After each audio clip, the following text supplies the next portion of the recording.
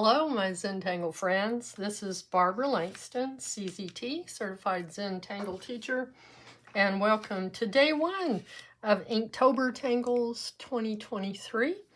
My channel is Not Perfect Zen, and I'm happy to get this started. I've been prepping for this for a while, and I hope you're excited about it. I had a couple of introductory videos to show what I'm doing. Basically, I am taking the pattern W2, which is what I used on this tile. And I don't remember, it's been a long time since I did this tile. Excuse me.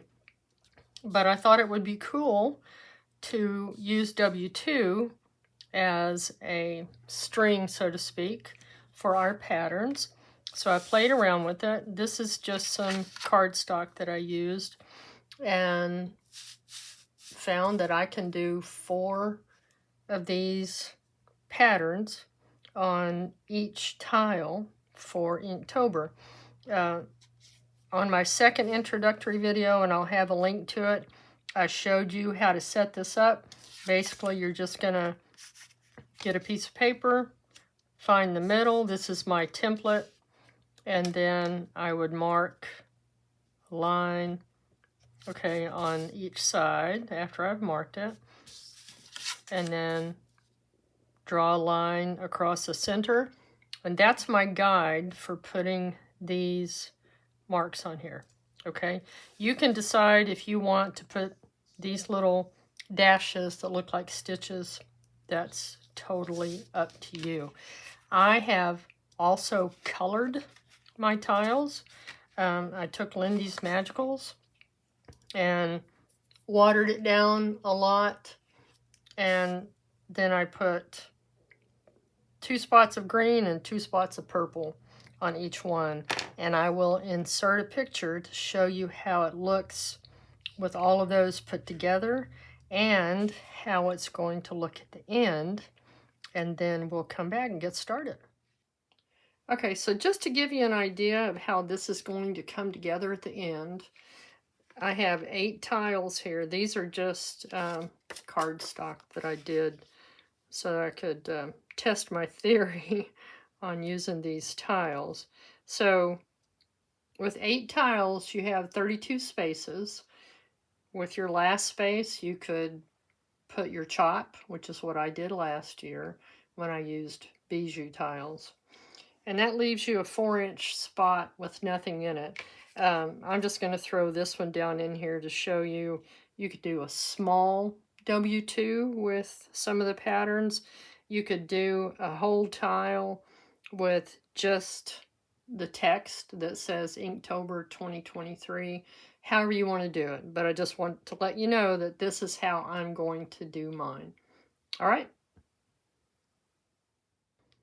Okay, for Zentangle, for Inktober, I am using a 5-inch by 5.5-inch sketchbook, and that's just for my practice pages. And so when you see me pull this out, that's because that's what I've been practicing on. Day 1 is Beelight by Zentangle. And this is just a couple of the ideas that I found by looking on Facebook and Instagram and the Mosaic app. And this one was inspired by Kelly Barone on her YouTube channel, which is Whimsy by Kelly. She used to do a Saturday session where she focused on just one pattern, and she did a lot of different things with Beelight, but this was the one that I really liked. And what I want to mention is that Beelight is just a fragment, and what that means is you can turn it, twist it, do all kinds of things with it because it is in a grid. And the one I'm going to do today, also mention that I do have a video out there already where I do Beelight, and I will link to that. I don't think that you'll need it, but in case you want to go look at that when you can. But let's get started. And we're going to do this one. I think it's going to be fun. I am going to be using a Micron PN and graphite pencil, a blending stump, and I'm not sure if the General's pencil will show up on here, the white charcoal, but we'll see. Okay, so for this one, okay, this is what I meant to show you too. This is from another sketchbook. There are two fragments in the fragments and reticula section of the primer, or there's also a reticula and fragments book. D3 and D6 are very much alike, and so just want to let you know that that is there. And then these are just the little practices that I did for what was inspired by Kelly Barone. And I want to do this one on my day one. And when I did this for practice this morning, I started with my pencil because I wanted it to line up right. And so just a light pencil mark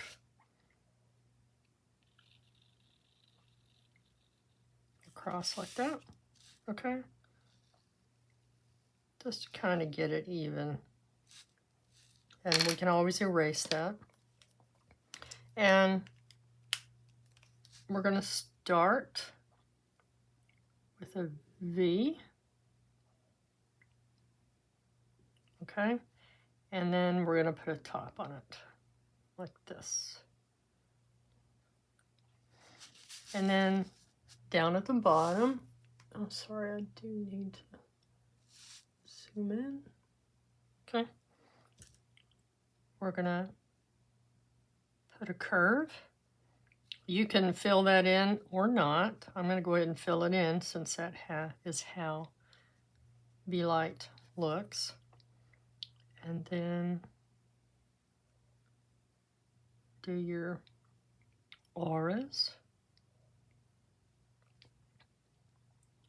It's almost like having crescent moon in a square.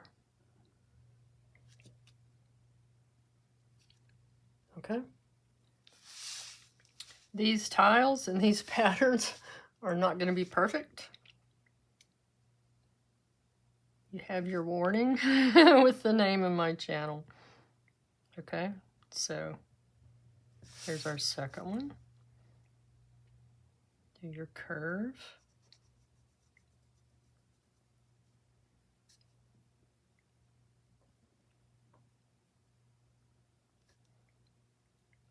And I'm going to have these kind of meet up with the ones that were on the one next to it. You can see that I don't keep my spacing perfect. Part of it is because I'm trying to avoid the camera that's right in front of me. Okay, I'm going to put our top on this. So this is just a wonky grid for this.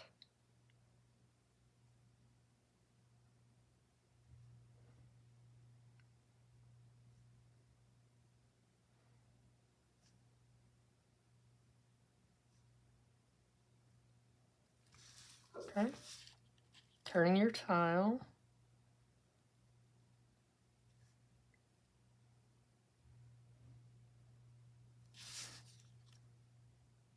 We're going to put our little area to fill in at the bottom. And our auras. And I will come back and make sure that's filled in.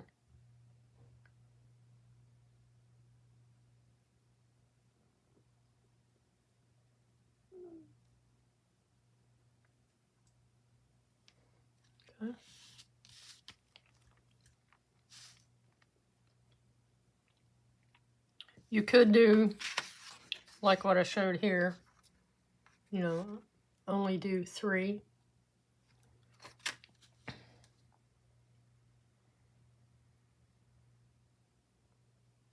But I thought it would be cool to make an actual little flower out of it, because I haven't seen that done. And thank you, Kelly, for your inspiration.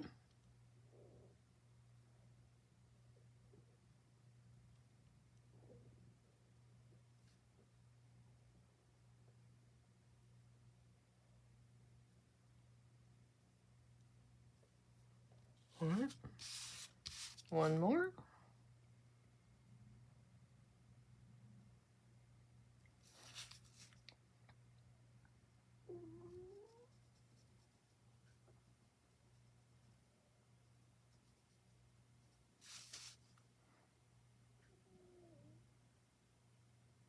I think it's always fun when you get to the end and connect the first with the last.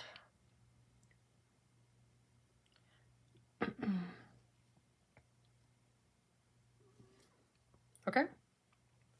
Now you could, if you wanted to, like I did on this one, add a stem or just leave it there in the center. I think I'm just going to leave it like that to begin with. Okay, now I'm going to take my graphite pencil, and do keep in mind that when you're doing this and you've filled in heavily with your pen, that this may take a little bit longer to dry. Okay. And I do apologize if I sometimes get off the screen.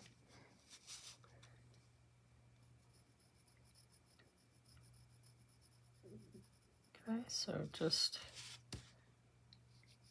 I do know that there are some teachers who don't put graphite on top of watercolor, but I like to keep it simple. And if you're just doing this on black and white, then this is still going to work for you. Okay? I'm going to go ahead and put a little bit of graphite on the inside of each of these also.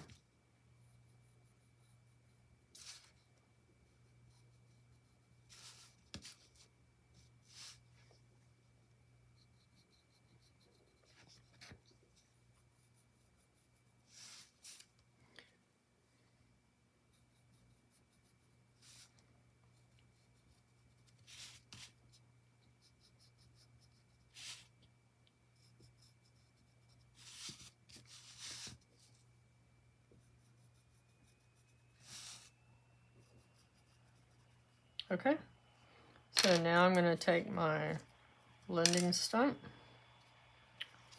also known as a tortillon, and then I'm just going to soften those.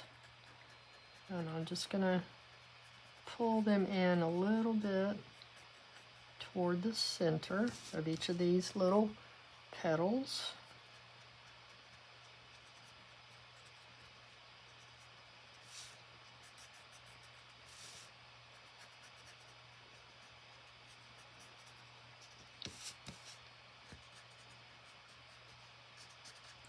And again, you could be doing this on a 3.5 inch tile.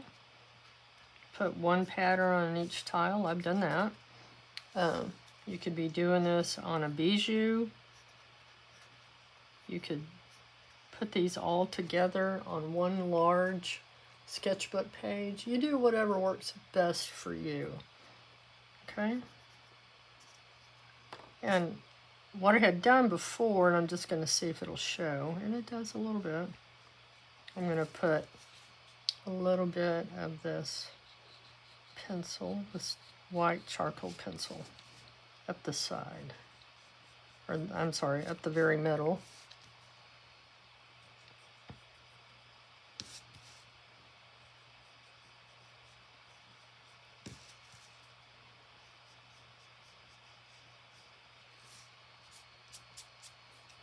Okay, and then I'm just going to soften it a little bit with my finger. There you go. So that is Beelight as a flower.